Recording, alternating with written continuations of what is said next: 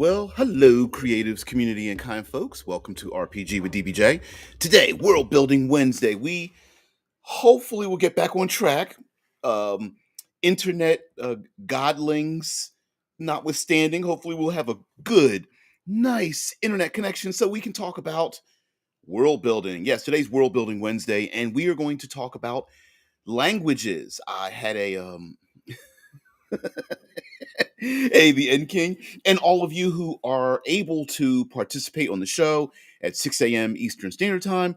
All of you are the co-hosts who kindly make me look good because all of you have great ideas. So um the one of the for those of you who are not familiar with the show, I like to come up with subjects that pique my interest, and then I try to shut down the um the development, the research into it because I like to talk about things openly. It's kind of like this is my time to kind of sit at the gaming table, like before or after the game, and just kind of talk.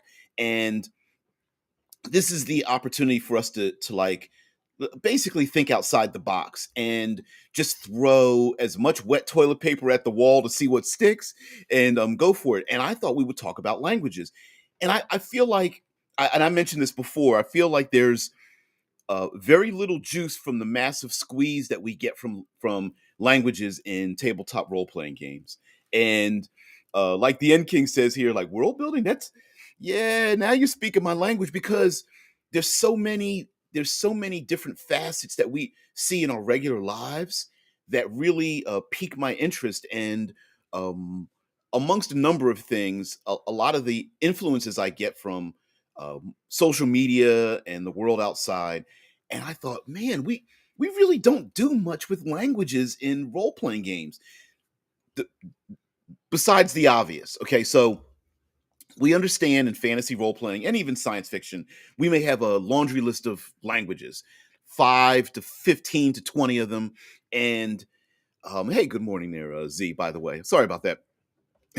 um, the idea behind languages that I was thinking of breaking it down is that we normally associate a language with how we speak to each other, a social contract, right? Social interactions. Hey, there's orcs. I speak Orcish. Let's talk with the orcs, and that's fine.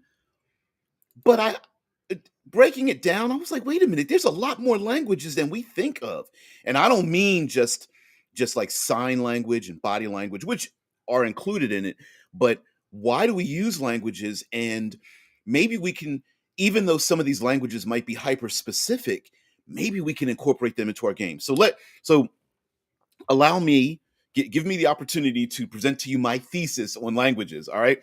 So um, one aspect of languages that is really important in our science, I mean our society and how we break down the science of languages. One of them is social languages used in social interactions. And what I mean by that is there's in our real world we have like slang and pidgin, and we talk differently amongst our friends and our neighborhoods, amongst people we care about, and how we speak in our different neighborhoods versus speaking in a professional setting or speaking in with our bosses, our superiors, speaking in a fine dining setting amongst politicians and hobnobbing with the rich and famous. We speak differently in a maybe speaking with a contractor trying to get a job, or um, uh, speaking in a court, the courts, than we would speak on the streets. And so yes, we do have, like in fantasy, we have the common thieves can't,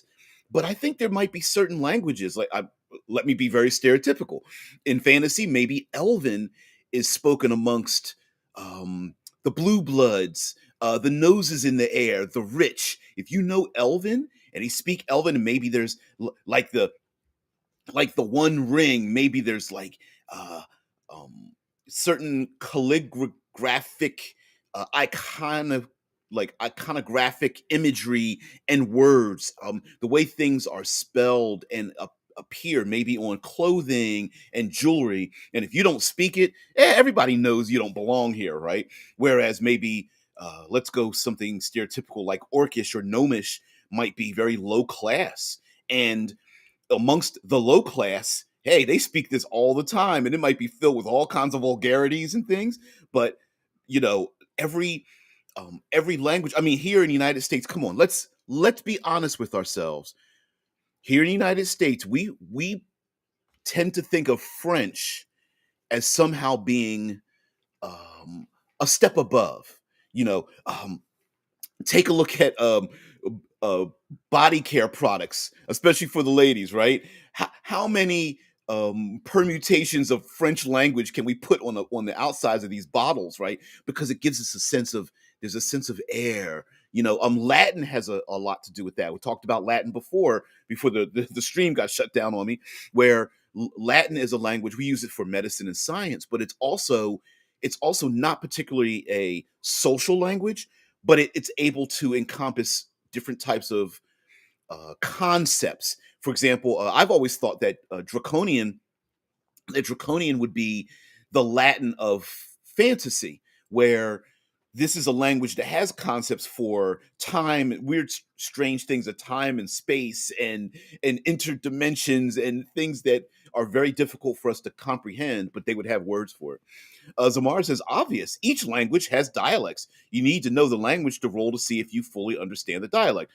Like when you are in new areas, or not while you know what they are saying, but not always what it means. Yeah, we know, well, not we, but many of us know that if we hear a language, we either know exactly where it's from. And when I say exactly, like the country, I don't mean the specific area. But if we hear a language like, oh, that sounds like Japanese, that sounds like Russian. We hear and we know what the language is being spoken. We may not absolutely, we don't know what the language, what the words and the meaning may be. Of course, but there's body language and such. That's a different thing. But we may not understand it, and even if we do understand it, maybe those who speak it or talk about it. I mean, there are whole YouTube channels based on individuals who learn rare and odd dialects, and then they go to those countries and they film themselves, or they go to the neighborhood where they live and find people that speak that language. It's a little bit of a gotcha, right? Like they'll sound like ignorant Americans, and all of a sudden, you know. The Americans start speaking their language, and the people are amazed, and it's a beautiful thing too, because individuals who really embrace their culture and speak their language are impressed when people from outside speak it. I mean, it's almost like it. Other than food, it's one of the best ways to break the ice with people you don't know, and it's awesome. The N King says you could go go the Firefly route and come up with gnomish swears. Exactly. Yeah, yeah. And you know what? What a cool. If you guys don't remember, I'm sure you do, but in Firefly, of course, it was being broadcast on television, and they couldn't swear, but within the culture of this world, this setting, even though it was in deep space and things like that, I mean, they're kind of like on the edge, just swearing a lot. So they said, well, how about we just put in like Chinese swears in it, and that way we can get past the idea of censoring out the curses. And I'm like, that's great. And of course, it built into the remember when the show aired. I remember when the show aired, and everybody was trying to figure out what everything meant, and looking up places online like, oh, what does this phrase mean? Because they were the curses weren't just words; they actually had it was like a phrase that meant something. It's kind of cool. Zamar says, not obvious. Okay, here's something that's not obvious. Each language has its own origin, its older tongue. We don't speak the same English that we did 500 or 1,000 years ago. Apply the same concept as before for rolling. Right. And what if we, I don't know how to explain this. If we could have a way to not just roll to see if you understand or don't understand, but I wonder if you could throw some nuance in there. Like you speak the language, but you sound like an outsider, right? Or you speak the language, but you sound like someone for the difference between Spain Spain's Spanish and Portuguese Spanish and Caribbean island Spanish and Mexican Spanish, right? Like there's you, even those individuals that start to speak with each other can kind of tell, like, yeah, I know where you're from, or you're not from around here, are you? And it's like, oh no, I grew up in El Salvador, or something like that, right? And uh, now for me, in my ear, because there's what is I remember in school, it was like, um, oh, the teacher used to say Spanish, French, Italian, Portuguese, Romanian, where all these languages were from similar origins, and they started to spread out. And that's a possibility where you may you you may inadvertently give away your own origins, either the person that taught you, or your accent, or your dialect, even though you may speak the same languages. I could imagine different Orcish tribes speaking, they may have the ability to speak internally with each other, but they still know where you're from, and you might be speaking a language from one tribe that they might not like. The End King says, what you said about Draconic having words for time and such makes me think of Arrival. Ooh, what if learning Draconic actually gives you an understanding of magic? Yeah, yeah. And then King Cosmo even mentions the fact that Arrival is a great concept to go off. Um, and to give credit to Gygax and the origins of in the OSR and the origins of Dungeons and Dragons, the in the beginning I was talking about alignment languages, and there was a concept of alignment languages were they had an arcane faith type basis where you were speaking a language that existed in the world of Dungeons and Dragons and fantasy, because there was a physical place that represented the 9-point alignment system, and your alignment like tangentially attached you to those planes of existence. It was a real alignment, was a real thing. Now, of course, as you know, as a human being on the prime material plane, you could do whatever the heck you want. But as humans that were able to pick and choose and flow through the language concepts, it was in there was it was not in opposition, but it was in conflict with the 9-point alignment system that had a physical representation. And I thought that was excellent. I know people, you mentioned alignment, it's like mentioning hit points in armor class, people getting into these arguments. But the King Cosmos says Arrival, for, spoiler alert for Arrival, somewhat of a spoiler alert, in the movie has a lot to do with language, and by learning the language, it changed the perception of the person who was able to learn the language to think like the people who were speaking, people, aliens that were speaking the language. And I I, I would say, hey, if you learn Draconic, that might be, it might give you an insight into like dragons and their abilities, and even the concepts of, the wider realms of time and space. I mean, technically magic in fantasy and Dungeons and Dragons does have its own language. Spellcasting has its own words and body and hand motions and things. And if you understand it, you understand what's happening. And human beings that don't know it, they still know what magic is. Um, I'm sure many metropolitan cities in fantasy, hey, they may not know what spells being cast, but they're just like, I bet it's a magic missile. Let's shut this person down. Put a gag on their face, grab their hands, Um, and the End King says standing out makes a lot of sense. You could do that with Thieves' Cant, where depending on how you learn it, you sound like a cop trying to use slang. Yeah, exactly. It's like they, you know, if this person is friendly with you, they might look at you like, yeah, I understand you, but you sound, yeah, you sound like a person in authority, right? Like you're definitely not a very good undercover cop in this in this walking around the fantasy alleys of the, city of shadows, right?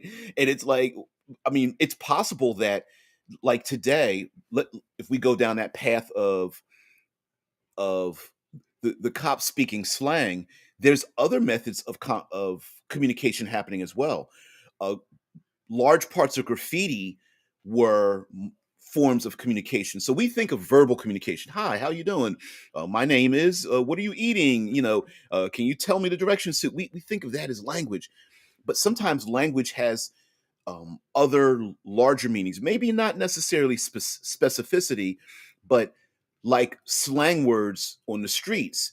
The authorities have to keep up with the thieves can't the street language as to what types of drugs and criminal activities are called. Um, Slang often denoted which types of neighborhoods.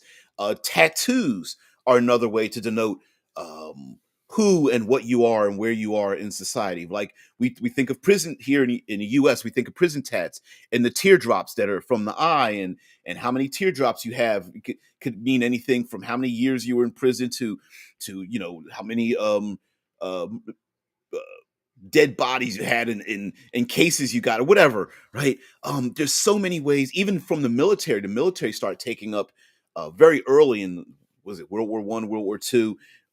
People would come back from wars and they tattoo themselves based on the locals who would also tattoo themselves with cultural stories and things. Sign language is another thing. We do have ASL, American Sign Language, but long before that, militaries and use sign language to navigate silently. In Dungeons and Dragons, one of the early concepts of the Drow, the Dark Elves, they had a sign language that was kind of integrated long before we got to fifth edition. I think this was like in AD&D. The Drow had sign language and such. So there are music is another way to hide languages. I'm looking at you during the heyday of slavery from South America all the way to the states. The enslaved would use songs and dance and hide messages within it. So it wasn't even just having an English language, but it was like hiding messages within the language itself based on the music and the dance and stuff. In Brazil, capoeira, the martial art, they would stand in a circle or rota, and within that circle they would play music and it would help them learn the martial arts and it would set the basis and the tone, but it also had messages in it. And there's lots of ways to communicate. You could communicate with smoke signals and what is in Australia, the bull roarer.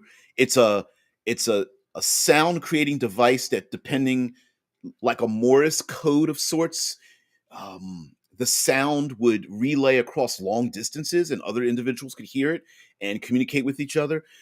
We use flags in uh, for the Navy nautical affiliations, where if you fly certain flags, we know what kind of ship you are, what country you represent, maybe what kind of faction or what mission you're on. You can raise and lower other flags for safety or SOS or we're here to help and things like that. So there's lots of that we can steal from in our own realities, and then take that, turn the volume up, and then make that fantasy, and it'd be kind of cool. Zamar says, I'm actually messing with a written language that uses color as part of its interpretation. Ooh, a word in one color will mean something else in another color as a way of getting around dark vision. Yeah, because we forget that dark vision is only in black and white, right? And so, how do you describe the color of something? Like, this is strange, but for beings that live in the Underdark, do they not know what colors they're wearing?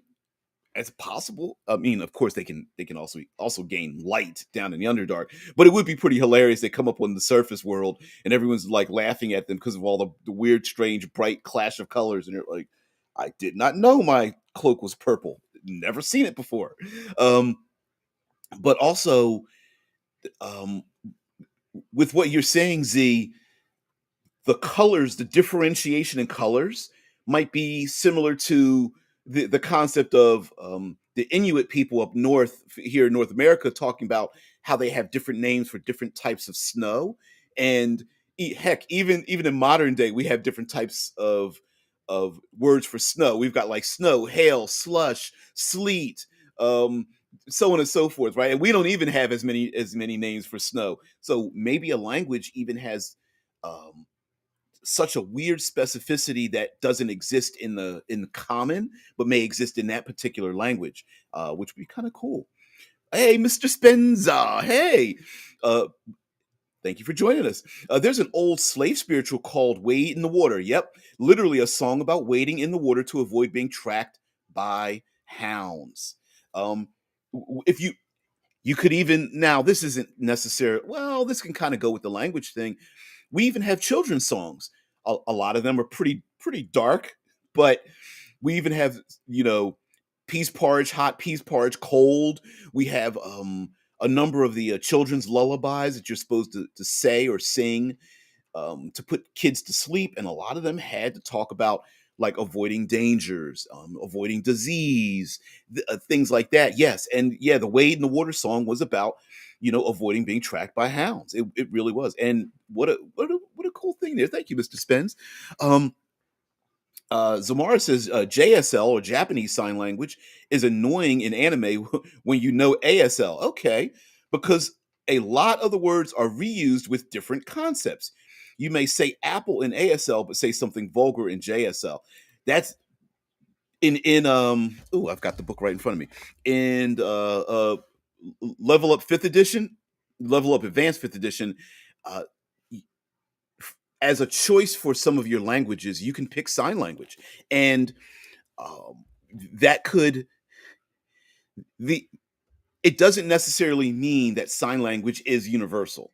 There may be signs in languages that you still need to know that language to even know those signs. Like, for example, I could imagine Orcish having a type of sign language because if you go very stereotypical, like orc raiders or something like that, or maybe they're just, you know, maybe they're just very nomadic or tribal or something, being able to communicate, say, across a huge savanna, you're going to have to, how do you can't yell that far, but you got to let them know what's going on.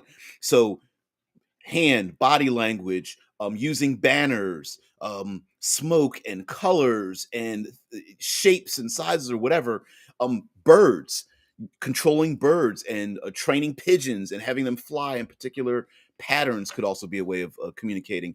And so I just feel like maybe, sure, in your world, maybe Orcish is doesn't necessarily convey the most nuance, but if in your gaming world, it is hyper specific with, say, war or um, maybe any ranger or druid worth their salt knows one of these orcish languages, because heck, when you get out there in the wild, you know, how else are we going to be able to communicate? That would be pretty awesome.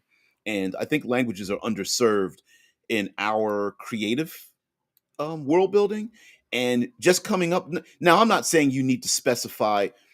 Here's the other problem too.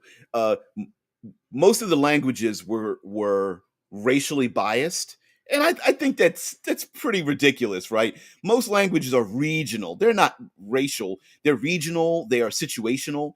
If you go into become a sailor, you better learn the languages used on the high seas, right? There's just no way around it. I mean, sure, you might get some success, but eventually you're going to have to learn the appropriate naval languages and how to communicate with flags and banners and sounds and Morse type codes with lights and things like that. And that may just be, I mean, a lot of these languages are assembled from circumstances and other cultures and just thrown together. The N King says coded language makes me think of the Victorian era, where people writing about adult matter would obfuscate their subject matter with polite language. Yep, that's the complete opposite, right? There was a lot of uh, obfuscation and fuging and like double entendres and I can't think of any other descriptors to say that people would speak in one manner, talking about things in another manner. Uh, I, I went down a rabbit hole of. We'll probably do this for next week, but I went down a rabbit hole of John Wicking things, the Continental, and the background within the movie, the John Wick series, and they had an overly civilized, polite manner in talking with each other about very deadly, inhumane, decadent, violent kinds of things, right? Like there was the sommelier, which we consider to be, you know, the a wine connoisseur who handled all the firearms, right? Hey, I'd like to make a dinner reservation for 12. And then the cleanup crew comes in and takes out the dead bodies out of John Wick's house, right? And pops a couple of dozen coins into the person's pocket. And so, yes, coded languages where on the surface, a person who doesn't know it is like, they're just having polite conversations. Whereas, what they're really saying is, yeah, you mess with me, you making a deal with me. Okay, all right, we'll see. If you walk out this room, we're enemies when we leave here, and you're probably going to die. But yeah, and of course we see this in television and media where the rich, the powerful, the influential speak on a different level, and they are maybe like in a detective procedurals, the one rookie detective is like, oh, that went well, and the other person is like, no, it didn't. No, we had a conversation. No, it didn't.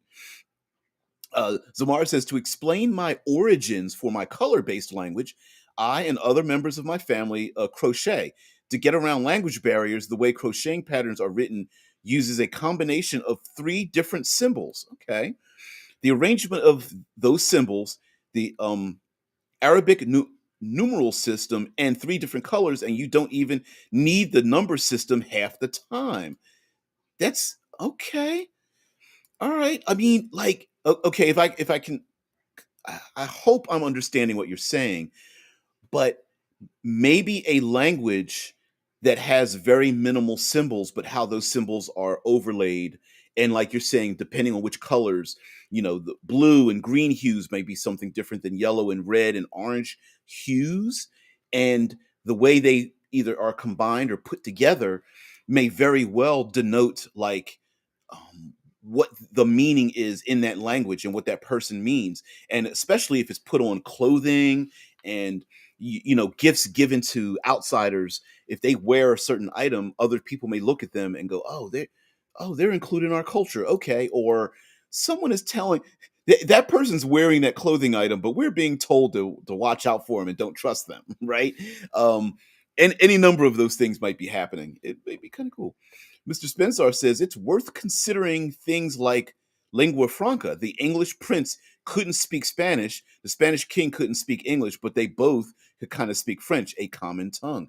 Now, and I think that's where Dungeons and Dragons has kind of settled a little bit, where, okay, listen, maybe we don't both speak common, but we both share a language in the middle.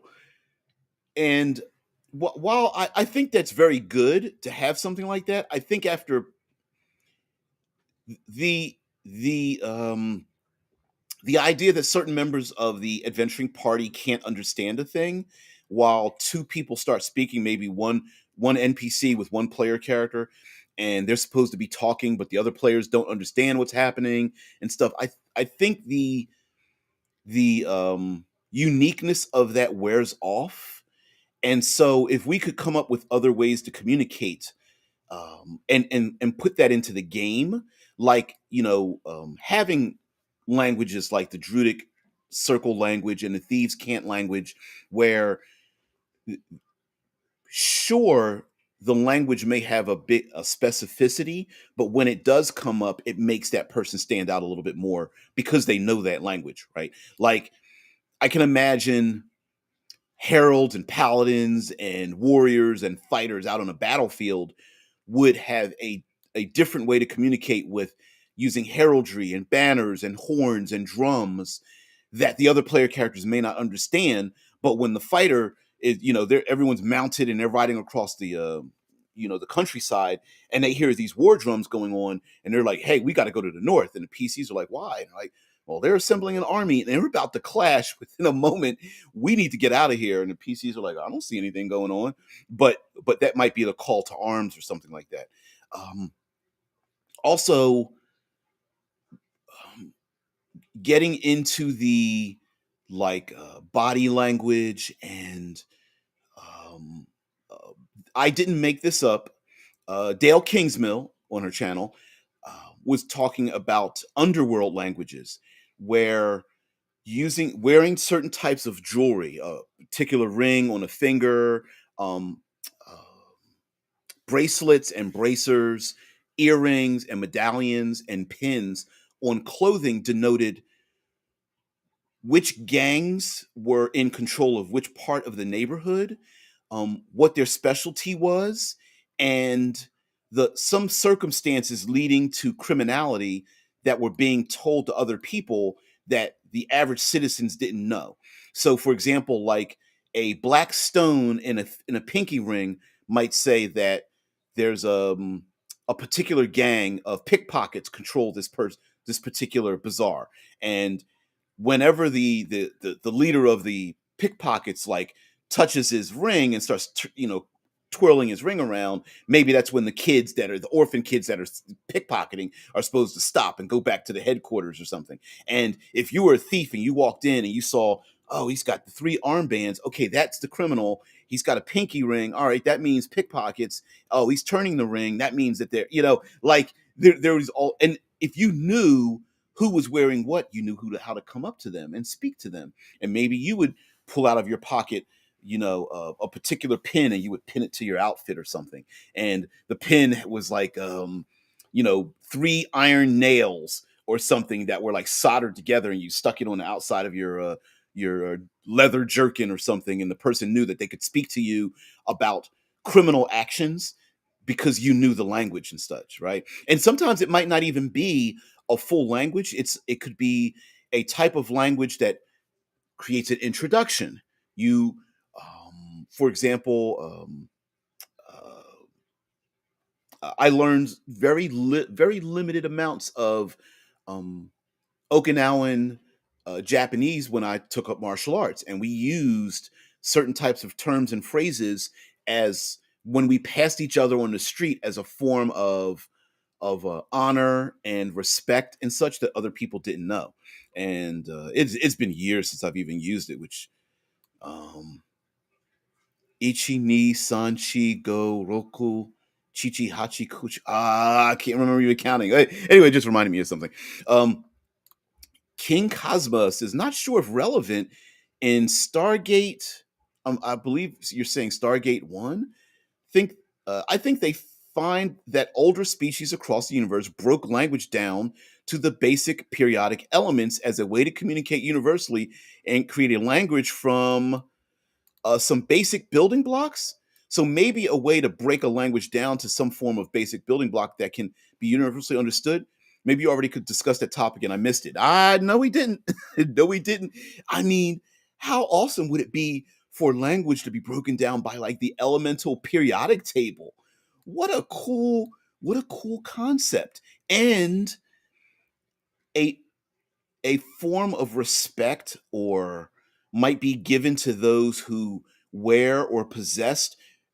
Maybe individuals have these small cubes, and inside the cube is a pure element from the periodic table, and it could be a gas, it could be something radioactive, it could be a hard element or a liquid or something, and maybe an element carrier, like a lamplighter, walks around with a crooked staff, and at the top end of it is this thing, and it lets you know maybe where they're from or what their intentions are.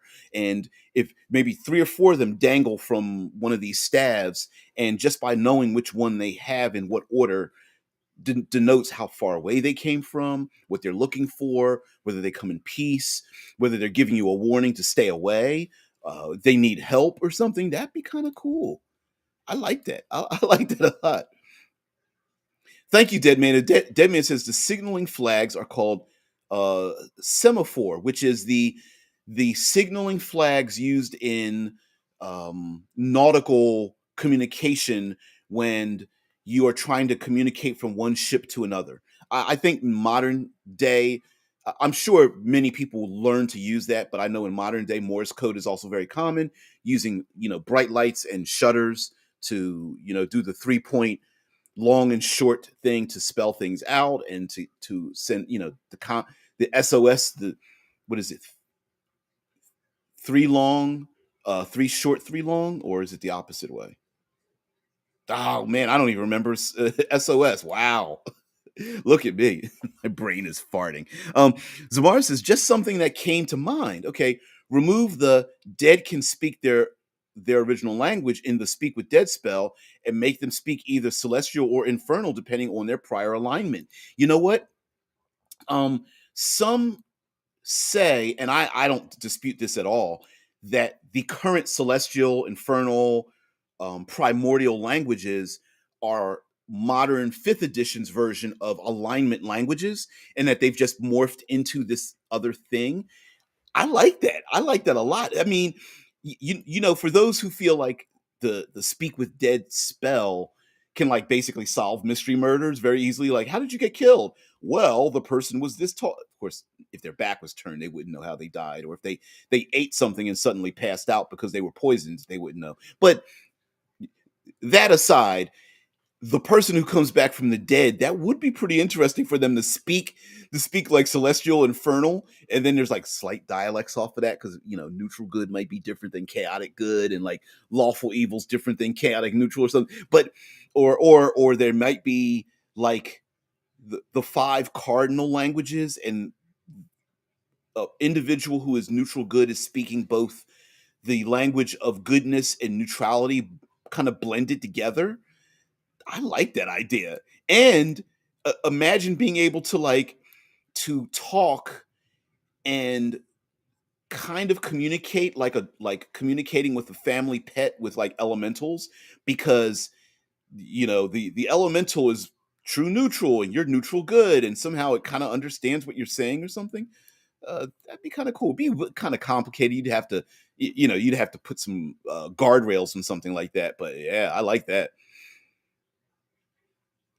Yeah, binary language. Ooh. Mm-mm-mm. Before I done it, we binary is the way we communicate using the presence or lack thereof of electricity. It's also what the 1 0 symbol in electronics mean. Yep, one meaning on and zero meaning off. Yep. Binary languages. Also, there may be. Oh, what's the way to put this?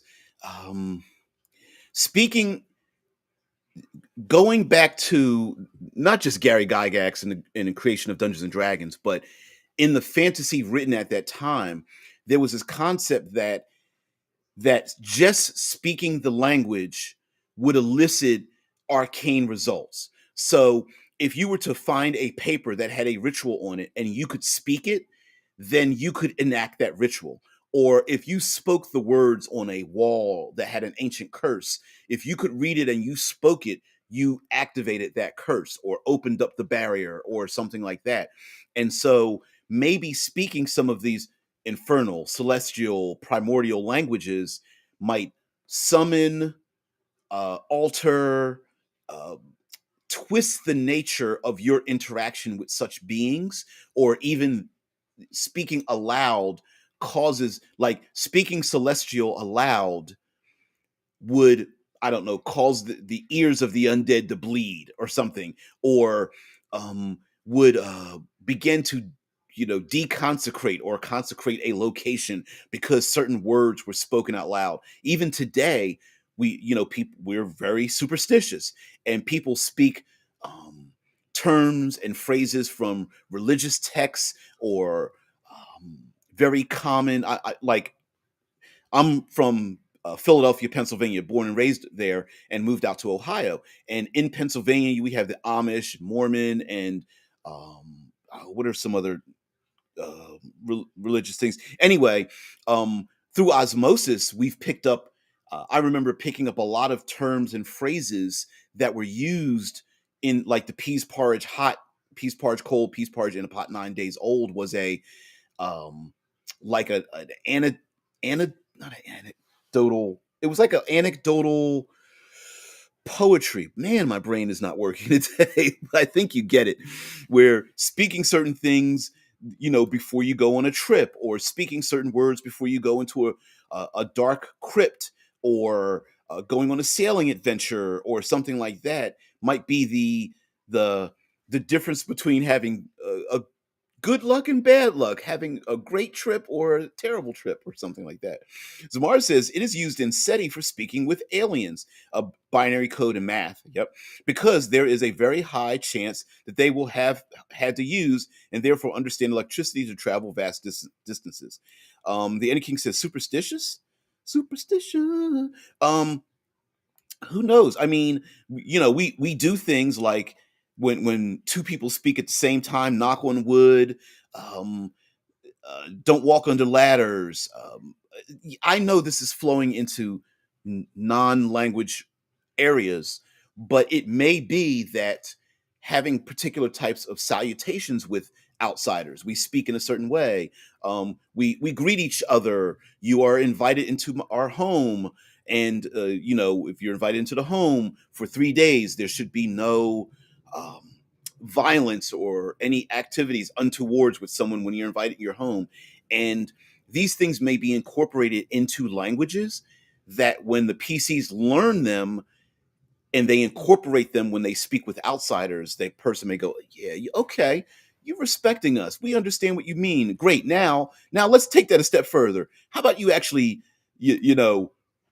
not just learn the language, but respect what the language is about."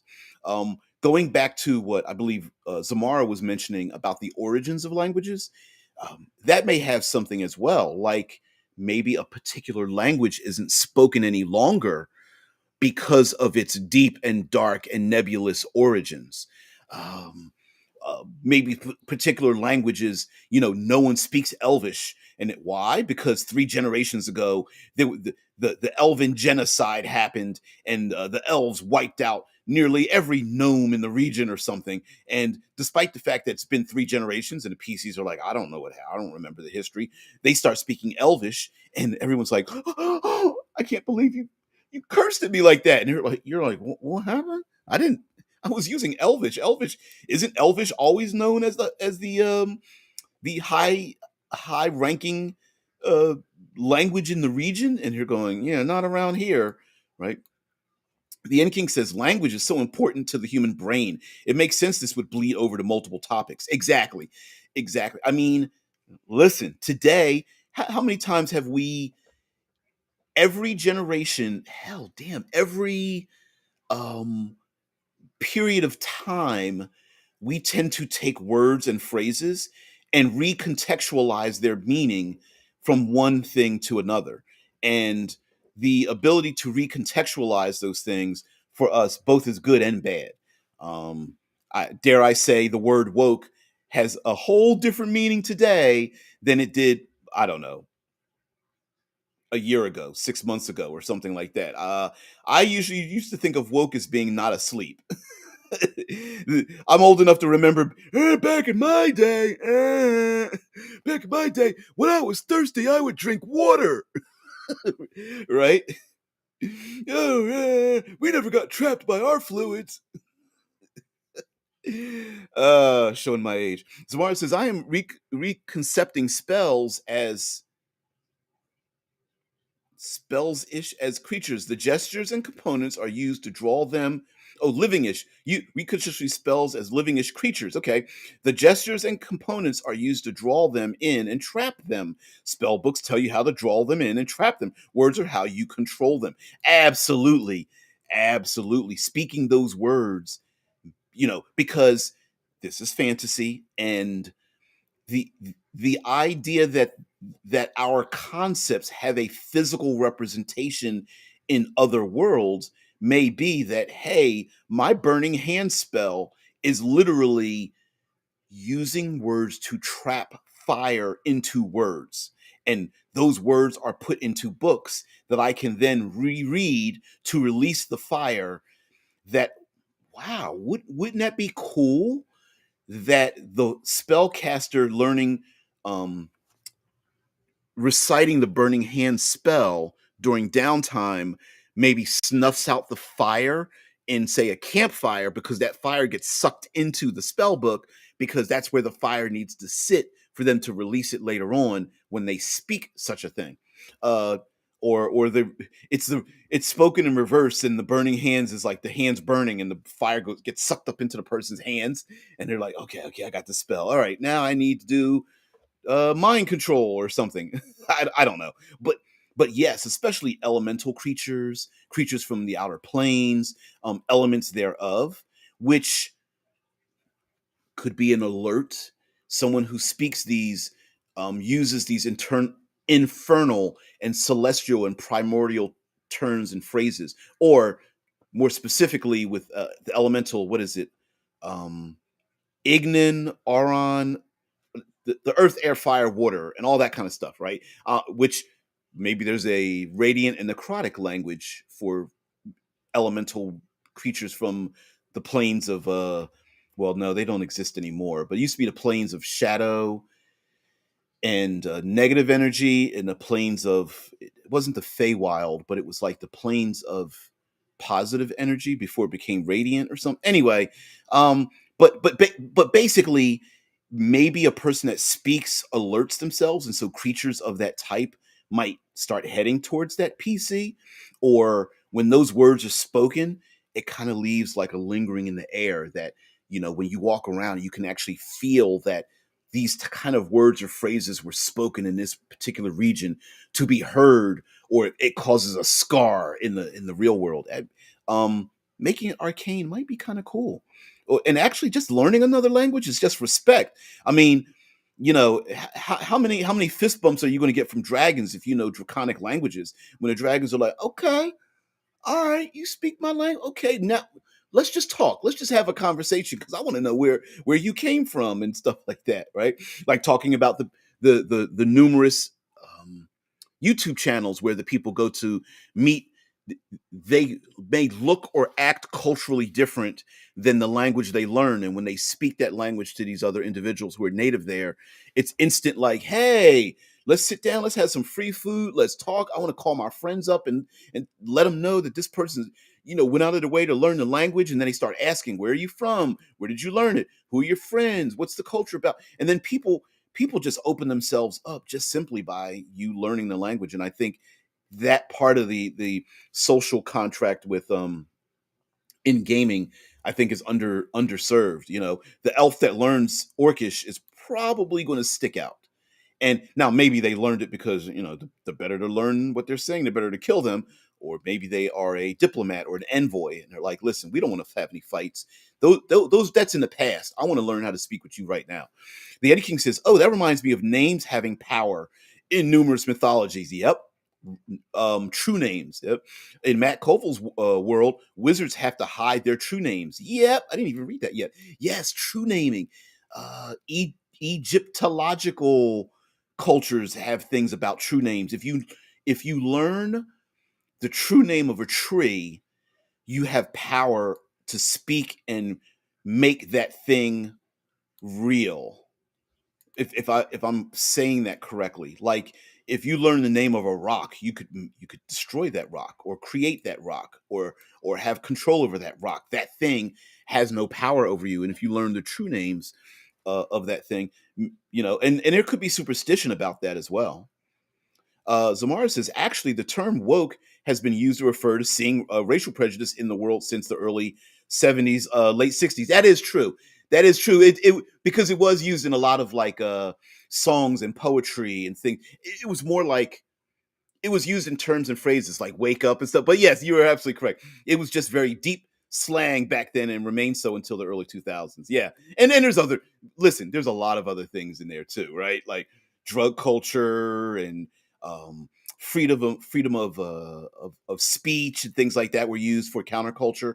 But also, let's be honest, the opposite end, the more um, uh, current, not talking about current day conservatism, but every faction of our society has its own terms and phrases. For example, within religious institutions, which is where some of the alignment languages were supposed to have come from, was thought of as to be like very Catholic, was where the alignment languages came from. But if you speak certain terms of endearment and phrases and things based on your religion, other people will embrace you just by your phraseology. So yeah. Michael Marin says the friendship born of breaking the language barrier works both ways. Players tend to love a gelatinous cube that has learned to speak common. Hell's yes. Yeah. How many people have wanted to have a pet mimic in the group if they could just domesticate it and talk to it, right? A gelatinous cube that gets to talk. It's yeah, hell's yes. Oh man, yes. There someone had a long running actual play where they carried around a gelatinous cube because it became their friend, and I don't know whose channel it was on. Osmar says, and then once it reached open public use, its meaning changed in the early 2010s, and then every 2 to 3 years thereafter, face palms at the horrors that that misuse has wrought. Oh, talking about yeah, being woke and stuff. Yeah, yeah, and you know what? The funny thing about that, when it comes to how language changes, is some of us remember what it originally meant, and then the current people don't know that other people remember it as something else. So then they start talking about it as if it's brand new, and everyone else is like, "No, no, no, that's not a new thing." Yeah. Here we go down the rabbit path. He said, "Woke, like most terms in language, is another word poisoned." By oh, don't say that. Uh, listen, we all tend to we love um, a rose by any other name is still a rose, and we navigate our world. This is neither good or bad. It's just how we do things for our survival. If we can come up with a very easy way to describe a complex set of circumstances and break it down to a word or simple phrase for us to communicate that very thing to another person, then it alerts the other person we're communicating with to that same situation. All right, so let me do something that's not very controversial. Okay, when we when I'm trying. Usually, this is I'm gonna say. I'll pick something. Uh, okay, we use the term "watch your back." You better watch your back, and because I'm trying to find something very simple and universal. So someone will say to somebody else, "Hey, when you go into the north, you better watch your back." And we know physically you cannot watch your own back, right? But the idea is that we know that the phrase watch your back means to watch yourself because there's dangers, because many dangers come from behind you. You cannot watch your back. So it means dangers may come from behind. You may get robbed. Someone may be lying to you. That you may get pickpocketed. There will be individuals who are watching you. And so we use, hey, when you go up north, watch your back. It says to us there are dangers up there. You may not get into danger, but just be aware to watch your surroundings. Don't stand in places where people cannot sneak up behind you. Be worry of people being nice to you or overly nice to you, because you must, watch your back. You must be careful of being taken advantage of. And so, when there was a Star Trek uh, episode where an alien spoke in metaphors, and they spoke in these metaphors describing, and I remember probably a couple years ago we spoke about this very thing on this channel, um, how the aliens had phrases that described a complex set of actions, and the human member of the Star Trek crew didn't understand. Is that Yes, yes, yes, yes, yeah. There it is. There it is. Darmok and Jalad at Tanagra. Yeah, yes, yes. Thank you so much. Yeah, you see, and guess what? We were communicating. We knew exactly what we were talking about, right?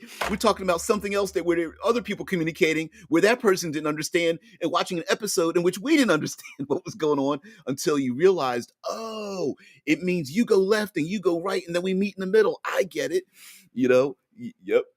Absolutely. Mm-mm-mm. Yeah, human tribalism at work. Yep, almost all animals communicate, but we can't ascribe meaning to most because we lack the perspective, and therefore they lack the personhood. Yep, yep, yep. Once it gains personhood, it gains importance. So the rare thing that shows that personhood, then that importance gains value, and we love valuable things. Wow. Mm-mm-mm. If you could put that on a T-shirt. Yeah, yeah. Once. Yeah, that's a little deeper subject. We could go into that on a different thing, but it's basically like once we recognize people as being another human being, they gain value. When we don't consider that, yeah, yeah. Consider shibboleth. A shibboleth is any custom or tradition, usually a choice of phrasing or even a single word that distinguishes one group of people from another. I did not know that it was called that. Sh- if I'm pronouncing it right, shibboleth. Um, but yeah, even something as simple fantasy games we have common as a common phrase so that everyone can communicate, but having different phrases or terminology or even the same phrases but used in different ways. um I don't know, the cloud of black flies overhead could be referring to the black dragon or dragons that live in a swamp, right? And then when somebody speaks to someone else about bad tidings, they go, the black is overhead, man. Yeah, the black's overhead. The dark skies, glittering gold. Um, you know, green on top of the water. Things like how we have like little weird things. You know, what's the song? You throw a coin to the witcher, right? Right. I mean, it means a thing. It means a thing to people to say, yeah, I understand, right? I understand what you're going through. It's it even breaks down as something as simple as doing the chin point to somebody else, going, "Sup," right? It's like it relays a lot of information in a very short amount of time. Um, even the idea of the complicated handshake guys have with each other to let the other person know where they're coming from, so we don't have to go back and forth with the words. Hey, I'm gonna shake your hand. Great. I'm gonna shake your hand and do the 1 2 3 pull in, boom, man hug. That it sends a different message to say, you know what, we've already passed by the social construct of this. We can do this in 2 seconds. Boom, we're done. Let's move on, right? um yeah, they speak in reference to ancient stories. Those ancient stories could be, you could make up special turns and phrases even about the player characters. Like when the player characters at first level and they got rid of the rats in the basement, and then 5 levels later, people are talking about um I don't know what you call I don't know how you would I don't know. Hey, you got rats in your basement, and people start talking about rats in the basement and stuff. At the end, King says, "I was thinking about Darmok this entire episode. Didn't want to check out on you guys." Yes, yeah. No, you're fine there. Wow, you don't need to police your own geekdom around us geeks, right? I'm super nerdy and I love it. Mr. Spin says, saying the Trojans at the wall, yep, is something who doesn't know history will shrug at, but I'm pointing out deception or a gift that will hurt you. Yes, yes, Trojans at the Trojan horse. We use that. People we throw around Trojan horsing all the time, right? Even into um don't look the gift horse in the mouth. Electronics, Trojan horse, hacking, lots of stuff. Man, my brain is full of these things, and I can't get one of them out. Yes, don't look a gift horse in the mouth. Behind every dark cloud is a silver lining. A bird in hand is worth two in the bush. Come on, not Thomas Jefferson, uh, Ben Franklin. Come on, you had a ton of these little things. But yes, yeah, yeah. Zamar says, DBJ, I heard it through the grapevine that those snitches got stitches. Yeah, yeah. Snitches get stitches. Yeah, but don't bust my balls on it because the walls have ears and the hills have eyes. Yeah, I heard it through the grapevine. Thank you so much for that. Yes. You heard it through the grapevine. Well, how did you hear it through the grapevine? Now, physically thinking about it, were people gossiping in actual vineyards back in the day? I bet they were. I bet they literally were pulling pulling grapes, talking, because it took so long because you have to pull specific grapes and they were certain, some were ripe and some weren't and stuff like that. And you went out into into the vineyard and you start talking and the word starts spreading. I bet that was a real thing. Um, Snitches getting stitches. Yeah. Well, of course, the word snitching, it's like, speaking on the side, hey, talking out the side of your neck, which is another phrase. You guys may not be familiar with that, but within my community, on the East Coast, you never wanted to talk out, you're talking out the side of your neck, basically like, um, words with open understanding were coming out forward, but words that only certain people would understand because you actually meant something else was coming out the side of your neck. It was kind of weird. And then getting stitches. We know what stitches are. Shibboleth, shibboleth.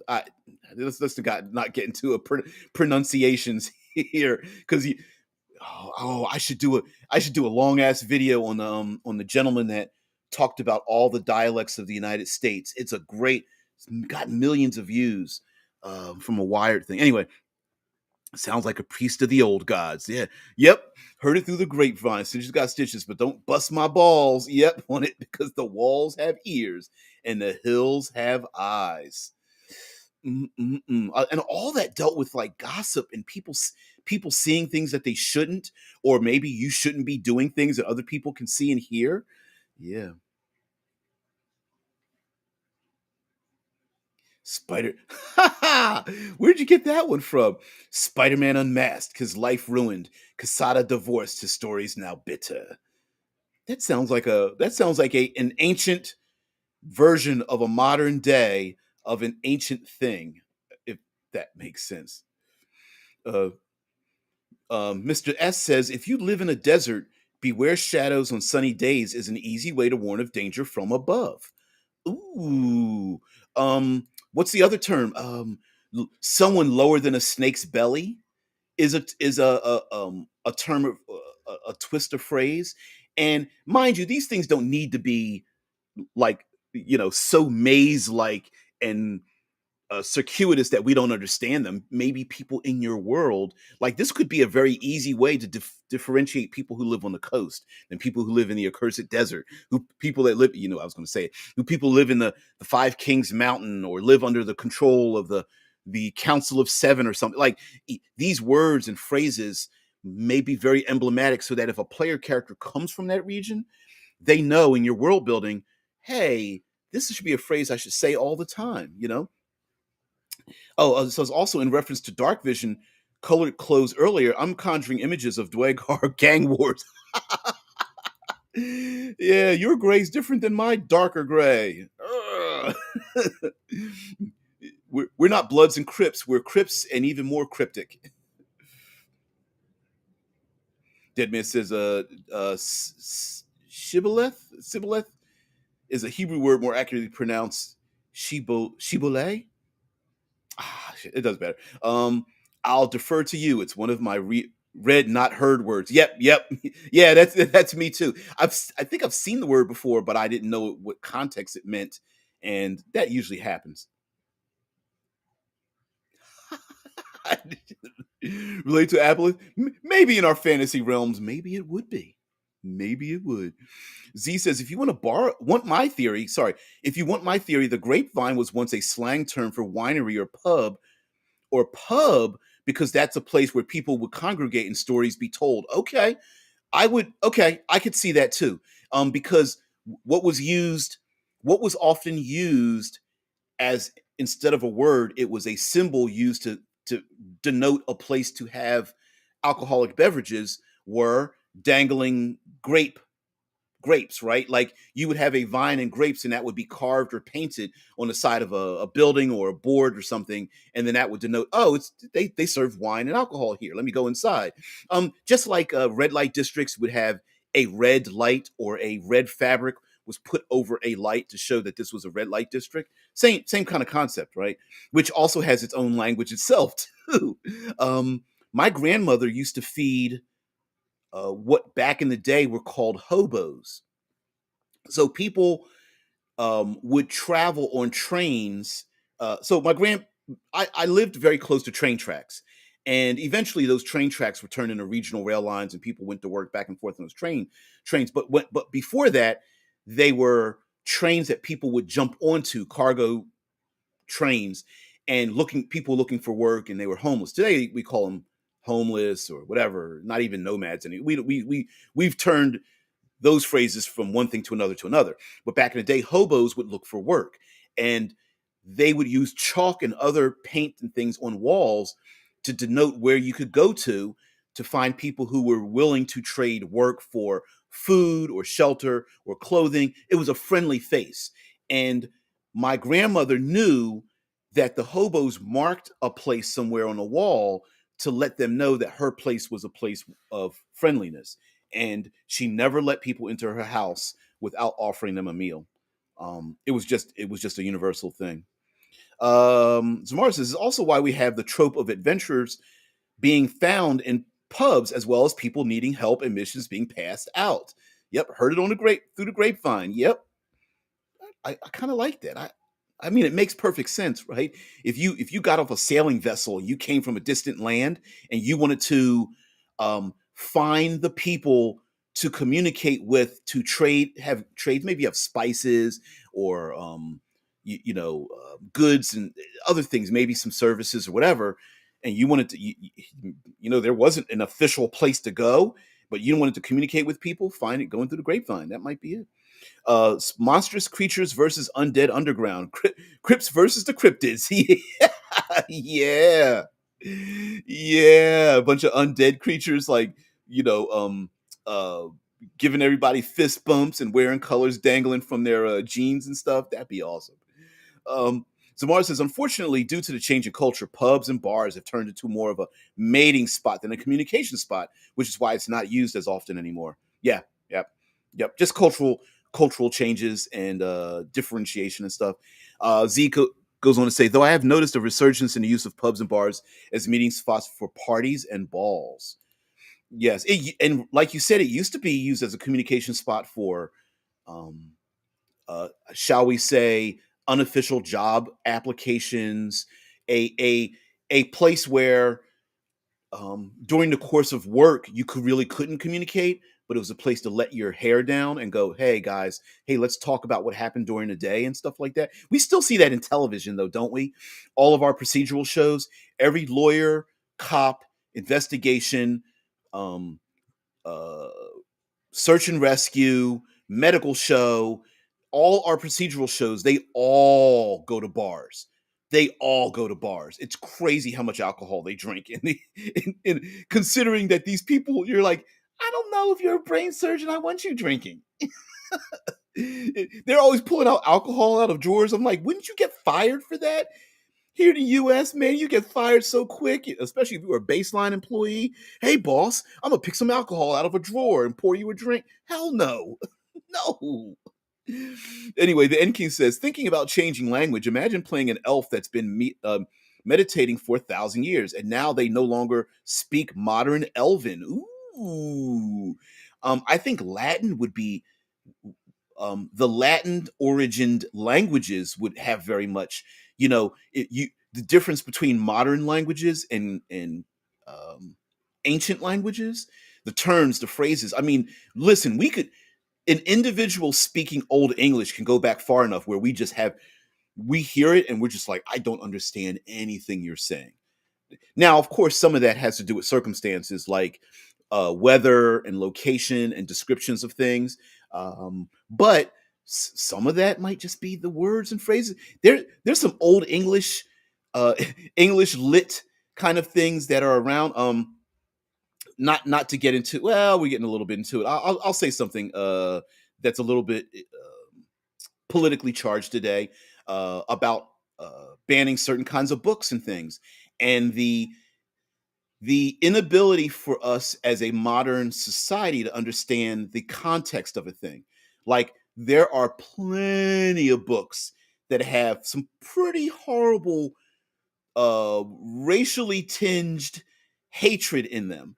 But I feel like those books need to be out there. They need to be released because we have a way for us to we also have institutions that allow us to describe the context in which those things were written. Do I like the Lovecraftian stories and stuff? Hell no. Will I play myself some Call of Cthulhu? You damn right. And it's because we are smart enough to go, yeah, maybe, do I want to give money to the the family or something? No, but will I play the game? Yeah, I will. So maybe some of my money is going there. I don't know. But the point is that we have institutions that explain context, and being able to explain that context because at a certain period of time, people either thought or believed or saw or intermingled with things that we do differently today. And I think language allows us to, if a culture in your fantasy world had terrible communications and interactions between the elves and the orcs, where today all of that is in the past, those terms and phrases might have a different meaning today than they did in the past, where someone's like, um, um, I don't know, like there might be something in Elven that says something like, never trust a orc's hand you can't see, or something like that. And the modern day orcs are like, what did you say to me? And the elf is like, what? Oh, no, no, no, that's just the thing we say. And it's like, wait, you say that about us? And the elf is like, I didn't mean anything by it. I don't know what that even means. And the elf, don't trust an orc if you can't see his hands. You can see my hands right up here. We can go toe to toe right now, mofo. Right? Yeah.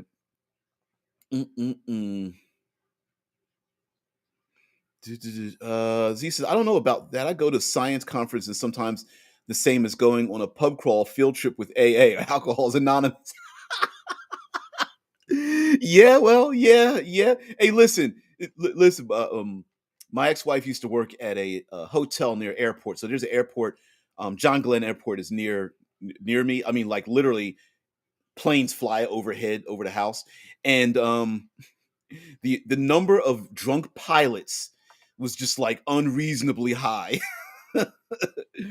The DBJ and I are like-minded there, except I love the Lovecraftian books and all the eccentricities because I appreciate that it was due to those contexts and that his work exists. Can't have Cthulhu without racial prejudice, without racial misunderstandings, prejudices, and distrust. Yeah, and that was a time of, what was it, European expansionism, which, today we know that was like, maybe that wasn't such a good idea.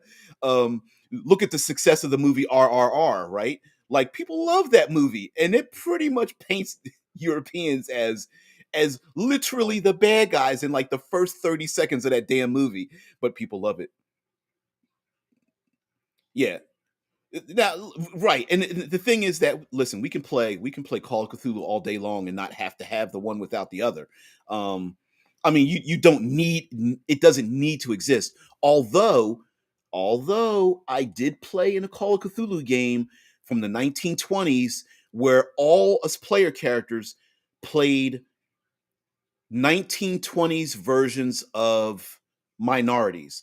Like we had a Jewish player, Jewish, a woman, someone that was gay, myself who was black. It was somebody else. Anyway, we were all like minorities of the time, religious, gender, color, blah blah blah, which was, and we had to navigate in this like small hick town where stuff was happening, and we definitely could not call the authorities, right? um and in and of itself, we all agreed to the context of what was happening, knowing, because we kind of faded to black a lot of like the racial, like, oh, here comes the hick, cop or sergeant. And we just, yeah, Spencer's like, I've been listening to a podcast this whole time. Yeah, yeah. You could listen. You could hear it in my voice. I think you could. Um, but yeah, 1920s hillbillies, easy to mistake for twisted Lovecraftian fish. Listen, in the game we played, they were. Lovecraftian horror that would twist your mind and have tentacles reach out from the darkness to rend your body, and inbred hillbillies from the 1920s in like the Virginia hills. Kind of equal little. Yeah, it was fun though. It was pretty fun because it's like we were having to run from two types of evils, and just like, oh my god. And we all like took it as a big joke because we're just like, yeah, they're, you know, inbred, uneducated, dumb, not wanting to listen, proud of their ignorance, kind of. Yeah, we did the whole stereotypical. It was complete stereotype. And I say stereotype because there's a place in Alabama called Rocket City. Oh, it's a nickname.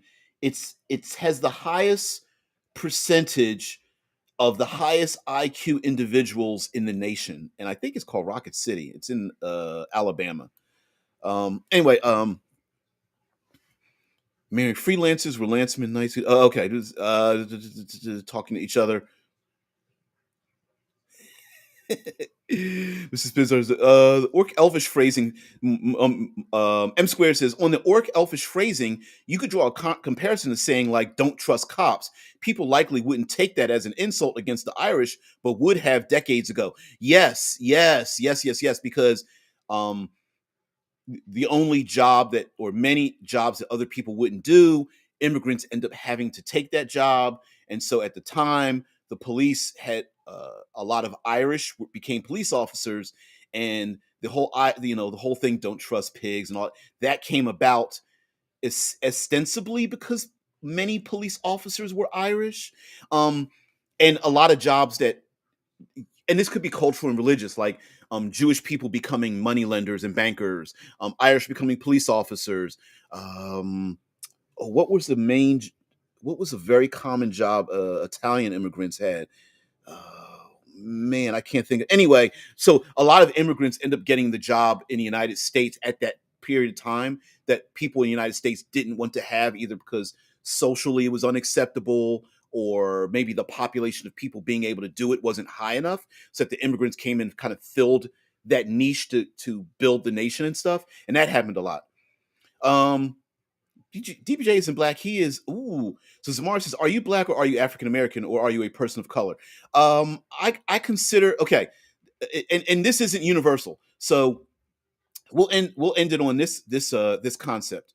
So talking about things changing, I no longer but consider myself African American simply because this nation has many people who are literally from Africa and have African descent that have moved here. So they are one, or it may be only two generations removed from Africa. I consider them like how RPGs have turned into tabletop RPGs because RPGs were taken and kind of assimilated into computer games.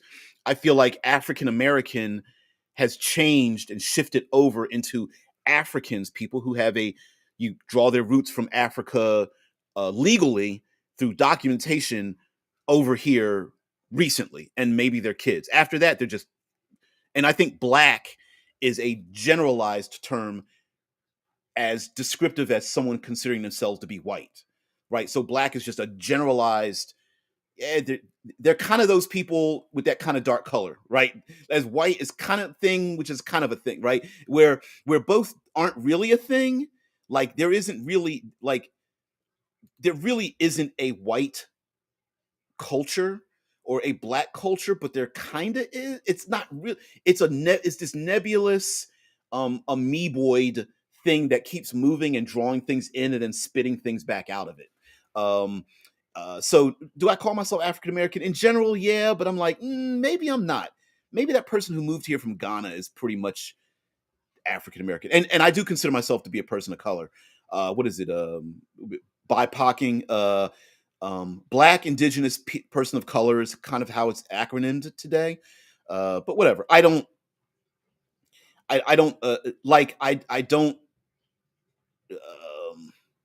I don't have strong feelings about too many things, and that's because I've lived long enough to know that whatever people are willing to commit extreme violence over things that won't matter in 2 years, 5 years.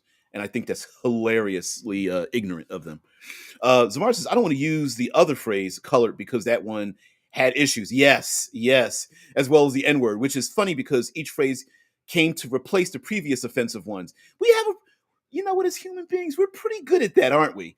When it's something we don't want to hear, we will pacify a word in an instance. Um, Shell shock, battle fatigue, PTSD, um, all that kind of stuff, right? Yeah, we will pacify a word in a minute, but if we want to hurt somebody, damn, we're good at that too. I'll say before, hang on, before you go, who's that next to Namor? Okay, so okay, so that's Namor. That's it. Okay, that's Invis Nest. She was the shadowed, masked individual in the Solo movie. And then yeah, battle fright, battle fatigue. Right in the middle, of course, is Aquaman, and then of course we have Falcon, and then um also from the wow, my brain just went. Also from the Solo movie, this is it's the young version of I was about to say Han Solo. Um uh wow, my brain just I'm thinking of my brain is stuck on the different forms of PTSD and what was used before then. So that's why my brain is off a Solo movie. But yes, he plays a young wow Lando Calrissian. Although I've heard it pronounced Calrissian. Okay, anyway, thank you. Thank you, N King. N King's like, it's Lando, damn it. Yes, that's who it is. Yeah, so yeah, Invis Nest, I think is her name. Riding on a sky cycle, something like that. Uh you're looking at the person's helmet the entire stream. Yeah, she's got like a shock staff in her hand. And in the movie you don't know that she's a she. Yeah. Here we go. All right, we're going to end it on this because we're getting a little late. Yeah, thank you all, love with your heart, and for everything else. Remember, the words you speak is a lie until you give it meaning, and any meaning given can be made a lie. Ooh, ouch, ouch. All right, guys, we're going to continue this on tomorrow. I'm not exactly sure how language is going to apply to exploration, but I think we could do that. I think um next week we're going to talk about the OSR, John Wick, and Electrum pieces. I know the three kind of don't deal with each other, but they do. And I think we could pull something good out of that. So, yeah, we're going to continue language and using kind of different types of language mechanisms in tabletop role playing games tomorrow, and of course Friday for Future Friday, and then we'll flow into using into the OSR, John Wick, and Electrum pieces. You think about what that means. So, anyway, guys, have a great one. I will see thee later. Peace.